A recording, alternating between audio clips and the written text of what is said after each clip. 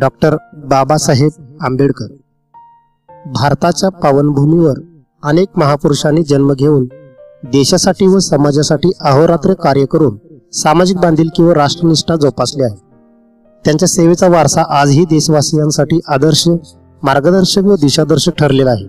अशा या थोर महापुरुषांमध्ये डॉक्टर बाबासाहेब आंबेडकर यांचं नाव सर्वात वर आहे। भारतीय राज्यघटनेचे शिल्पकार डॉक्टर बाबासाहेब आंबेडकर यांचा जन्म वडील रामजी व माता भीमाबाई यांच्या पोटी 14 एप्रिल 1891 रोजी झाला। बालभीमाचे वडील रामजी आपल्या मुलांच्यावर चांगले संस्कार व्हावेत म्हणून दक्ष असत। त्यांना स्वतः वाचनाची आवड असल्यामुळे घरात ग्रंथसंग्रह होताच मुलांनाही ते चांगली पुस्तके वाचायला आणून देत असत। म्हणूनच बाबासाहेबांच्या आयुष्याच्या अंतिम क्षणपावेतो वाचनाची व अभ्यासपूर्ण चिंतनाची सवय त्याच्या ठायी आढळते। तुकाराम व कबीर बाबासाहेबांच्या अभ्यासाचे विषय भावी आयुष्यामध्ये झालेले दिसतात। डॉक्टर बाबासाहेब म्हणजे अष्टपैलू व्यक्तिमत्व होते। त्यांना प्रत्येक क्षेत्राचे परिपूर्ण ज्ञान व माहिती होती। सामाजिक, राजकीय, आर्थिक, शैक्षणिक, धार्मिक, पत्रकारिता आणि कायदे अशा विविध क्षेत्रामध्ये आपल्या अमोघ वक्तृत्वाने व कुशल नेतृत्वाने डॉक्टर बाबासाहेब आंबेडकर यांनी दीनदलितांच्या, श्रमिकांच्या, विस्थापितांच्या, शोषितांच्या अंधकारमय जीवनाला प्रज्ञेचा संदेश दिला। गलित गात्र झालेल्या मनामनातून समाजक्रांतीचे स्फुल्लिंग चेतवून डॉक्टर आंबेडकर यांनी मुर्दान झालेल्या समाजाला आपल्या हक्काप्रती जागृत केले। डॉक्टर आंबेडकर म्हणजे प्रेरक, उद्धारक व तारक शक्ती होय। डॉक्टर बाबासाहेब आंबेडकर नुसते पुस्तकी पंडित नव्हते, तर त्यांनी आपल्या आयुष्यात आचार आणि विचार यांची सांगड घातली आणि आपल्या तत्वज्ञानाला कृतीची जोड दिली। त्यांनी मनुष्य मात्रांच्या जीवनातील दुःख, दारिद्र्य आणि क्लेश दूर करण्यासाठी अत्यंत प्रतिकूल परिस्थितीत आपले कोरे ज्ञान, माहिती व बळ लावले आणि रंजल्या गांजलेल्या जनतेच्या तसेच स्त्री वर्गांच्या, शेतकरी, मजूर वर्गांच्या आणि पददलितांच्या उद्धारार्थ आपले प्राण पणाला लावून समतेची मंगलवाट दाखवीत आणि मानवतेची दिव्य ज्योत निर्माण करते। ती व्यक्ती केवळ वंदनीय नव्हे, तर ती व्यक्ती प्रेरक, उद्धारक व तारक शक्ती ठरते। डॉक्टर बाबासाहेब आंबेडकरांचे शैक्षणिक विचार। शिक्षण हे समाज परिवर्तनाचे प्रभावी शस्त्र आहे। शिक्षणाने माणसाला आपले कर्तव्य व हक्काची जाणीव होते। समाजातील अस्पृश्य समाजाला स्वत्वाची जाणीव व्हावी यासाठी त्यांनी शिक्षणाचे महत्त्व समाजात विशद केले। शिक्षण हे वाघिणीचे दूध आहे, ते जो पिल तो मनुष्य गुरगुरल्याशिवाय राहणार नाही, असे ते समाज बांधवांना सांगत। प्राथमिक शिक्षण हे सर्व शिक्षणाचा पाया आहे, म्हणूनच हे शिक्षण अतिशय दर्जेदार व गुणवत्तेचे असावे असे सांगत।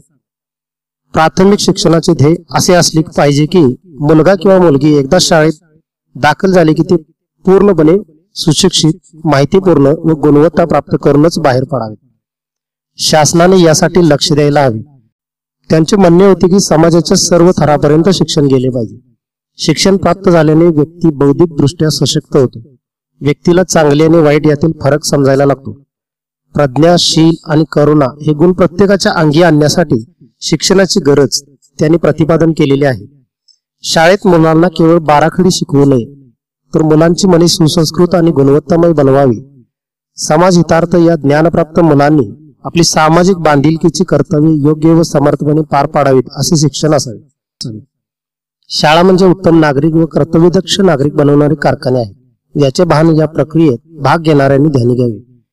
पीपल्स एज्युकेशन सोसायटीची स्थापना 1946 साली करून त्यांनी मुंबईला सिद्धार्थ कॉलेज व औरंगाबादला मिलिंद महाविद्यालय सुरू केले।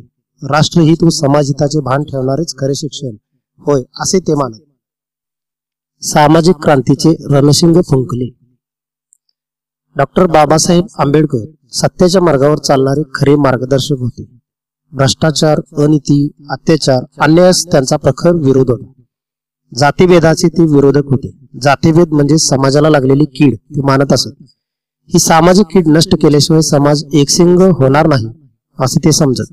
डॉक्टर बाबासाहेब आंबेडकर म्हणजे तळागाळातील लोकांना बौद्धिक व सामाजिक गुलामगिरीतून मुक्त करून त्यांना मंत्र देणारे एक पथदर्शक होते। शिकल्याशिवाय आपल्यावरील न्याय, अन्याय, आपले हक्क ही आपल्याला कळत नाही, अशा प्रकारे त्यांनी सामाजिक क्रांतीचे रणशिंग समाजामध्ये फुंकले।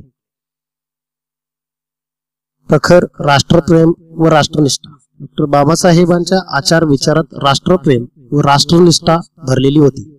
डॉक्टर आंबेडकरांनी धर्मांतराची घोषणा करताच तत्कालीन राष्ट्रीय नेते मंडळी घाबरली. त्यांना वाटले डॉक्टर बाबासाहेब आंबेडकर आता देश सोडून जाणार. परंतु डॉक्टर आंबेडकरांनी सांगितले, आम्ही या भारत देशाची संतान आहोत. आम्हाला राष्ट्रीयत्वाची जाणीव आहेच. राष्ट्रावर संकट आल्यास प्राणपणाला लावून देशाचे रक्षण करू व केले सुद्धा. या डॉक्टर आंबेडकरांनी प्रखर राष्ट्रनिष्ठा दाखवून दिली. स्त्रियांचे, शेतकरी, शेतमजूर, श्रमजीवी व दलितांचे कैवारी. स्त्रियांना पुरुषांप्रमाणे समान हक्क मिळावेत यासाठी त्यांनी अनेक चळवळी केल्या. स्त्रियांची गुलामगिरी डॉक्टर आंबेडकरांनी दूर केली. 1927 ते 1956 पर्यंतच्या काळात बाबासाहेबांनी भारतीय स्त्रीचा सामाजिक, कायदेशीर आणि राजकीय दर्जा वाढावा म्हणून सतत प्रयत्न केला. 1942 साली भरलेल्या नागपूर येथील परिषदेत त्यांनी महिलांना सांगितले की स्वच्छता पाळा, सर्व दुर्गुणांपासून दूर राहा, मुलामुलींना शिक्षण द्या, त्यांना महत्वाकांक्षी बनवा, त्यांचा न्यूनगंड दूर करा, असा महत्वाचा उपदेश त्यांनी केला. दलितांना त्यांचे हक्क मिळावे यासाठी त्यांनी त्यांच्या हक्कासाठी लढा दिला. श्रमजीवीच्यासाठी सुद्धा ते खंबीरपणे उभे राहिले. दलितांना मानाचे जीवन जगता यावे म्हणून ते सातत्याने संघर्ष करीत राहिले.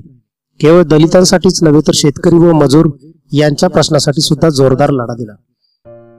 अशा या महामानवाचे महान कार्य म्हणजे देशासाठी व समाजासाठीचे सामाजिक बांधिलकीचे कर्तव्य होय.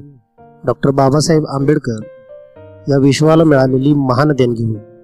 अशा या महामानवाने 6 डिसेंबर 1956 साली अखेरचा श्वास घेतला आणि आपल्या कार्याचा ठसा मागे उमटवला. धन्यवाद.